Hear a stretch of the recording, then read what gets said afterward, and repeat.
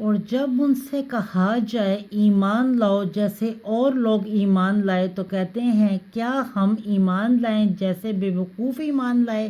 خبردار، بے شک وہ خود ہی بے وقوف ہیں اور لیکن وہ نہیں جانتے۔ اور جب ان لوگوں سے ملتے ہیں جو ایمان لائے کہتے ہیں ہم بھی ایمان لائے ہیں، اور جب اپنے شیطانوں سرداروں کے پاس اکیلے ہوتے ہیں تو کہتے ہیں بے شک ہم تمہارے ساتھ ہیں، بے شک ہم تو مذاق کرنے والے ہیں۔ اللہ تعالیٰ مذاق اڑاتا ہے ان منافقوں کا اور وہ انہیں ڈھیل دے رہا ہے۔ اپنی سرکشی میں وہ بہکتے بھٹکتے پھرتے ہیں۔ یہ وہ لوگ ہیں جنہوں نے خریدا گمراہی کو ہدایت کے بدلے، تو ان کی تجارت نے انہیں فائدہ نہ پہنچایا اور نہ ہی وہ ہدایت پانے والے ہوئے۔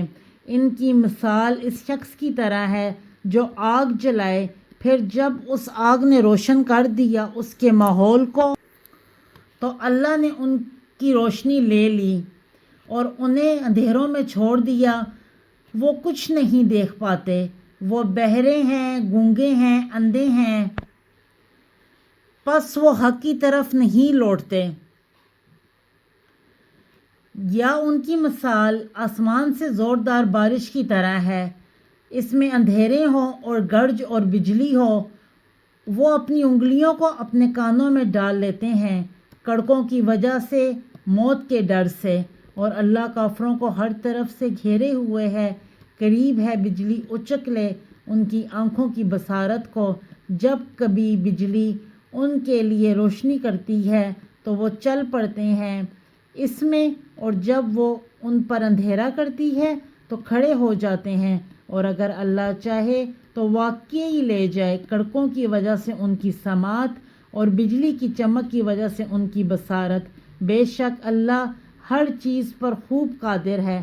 اے لوگو، اپنے رب کی عبادت کرو جس نے تمہیں پیدا کیا اور ان لوگوں کو جو تم سے پہلے تھے، تاکہ تم عذاب سے بچ جاؤ، جس